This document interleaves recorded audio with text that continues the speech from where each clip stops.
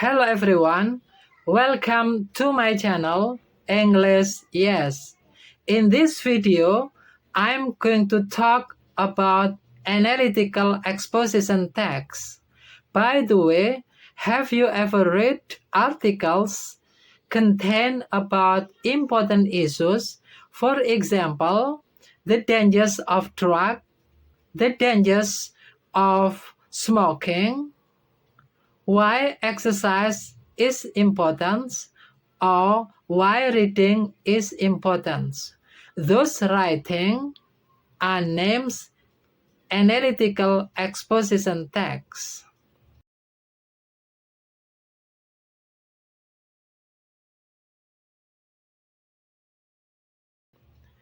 In order to help you to get good understanding about this material, I'm going to divide the discussion into 4 parts. The first part of the discussion is about definition and social function. The second part is about generic structure. The third part is about language features. And the last part is about the example of analytical exposition text. Now let's move on to discuss the first part of this video, that is about the definition and social function of analytical exposition text. Do you know what analytical exposition is? Analytical exposition is text that contains writers' opinions or arguments about important issues or phenomena happens in surrounding. The social function of analytical exposition text is to persuade or convince the readers that the topic presented is important matter. Now is the time to discuss the second part of this video, the generic structure of analytical exposition text. When you intend to write analytical exposition text, you need to know the generic structure of the text. The generic structure of the text consists of thesis, arguments, and reiteration. Now let's discuss from thesis. Thesis is laid in the first paragraph of the text. This part is used to introduce the topic to be discussed in the text. The introduction usually begins with a statement of opinion called a thesis statement. Thesis statement includes the writer's opinion on the topic and become the basis for the argument which will be presented in the text. The second part of the text is arguments. This part explains the argument or opinions to support the topics. Each argument may vary, but each argument must be supported by evidence or an explanation. The more arguments presented, the more convincing the reader that the topic is important and requires attention. The last part of this text is reiteration. This section is the concluding part that always lies in the end of the paragraph. Here, the writer restates the thesis statement and main argument that have been presented before. The purpose of this part is to strengthen the thesis. Okay, now let's discuss about the third part of this video, the language features of analytical exposition text. First is using simple present tense. Simple present tense explain an action happens regularly or happening right now. The formula or patterns of simple present tense: if the sentence is nominal, subjects to be, the to be is, am, are, is if the subject is she, he, it, am is the subject is I, and are if the subject they, we, you plus complement.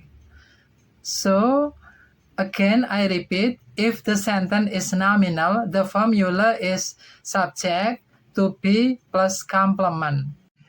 The second language feature used in analytical exposition text is words that express the writer's thought or feeling. For example, experience, feel, know, realize, think, etc. The third language feature used in this text is internal conjunction. Internal conjunction is used to connect arguments between phrases, clauses, sentences, or paragraphs. There are several internal conjunctions, such as comparison. It is used to compare one thing with another. For example, equally, meanwhile, but, on the other hand, etc. The second is addition. It is used to add information. For example, in addition, besides, and moreover, etc. And then the third is temporal. Temporal is used to tell when the action or event occurs. For example, at the same time, while, when, etc. And the last is cause-effect. Cause-effect internal conjunction is used to show relationship between clauses or phrases. For example, as result, the result, so, consequently, because, etc. After you have already known about the definition and its social function of the text, the generic structure of the text, and the linguistic features of the text, now is time to practice writing analytical exposition text. When you intend to write analytical exposition text, the first thing that you have to consider, you have to write the title. The title of this text is The Importance of Reading. After writing title, the second thing that you have to write is thesis. Thesis will introduce the topic and writer's point of view. The thesis of the text is that I personally think that reading is a very important activity in our life. Actually, there are many benefits of reading. Here are 3 reasons why it is important. The next part that you have to write is argument. In this part, it contains the arguments to support the writer's position. The number of arguments may vary, but each argument must be supported by evidence and explanation. There are 3 arguments of this text.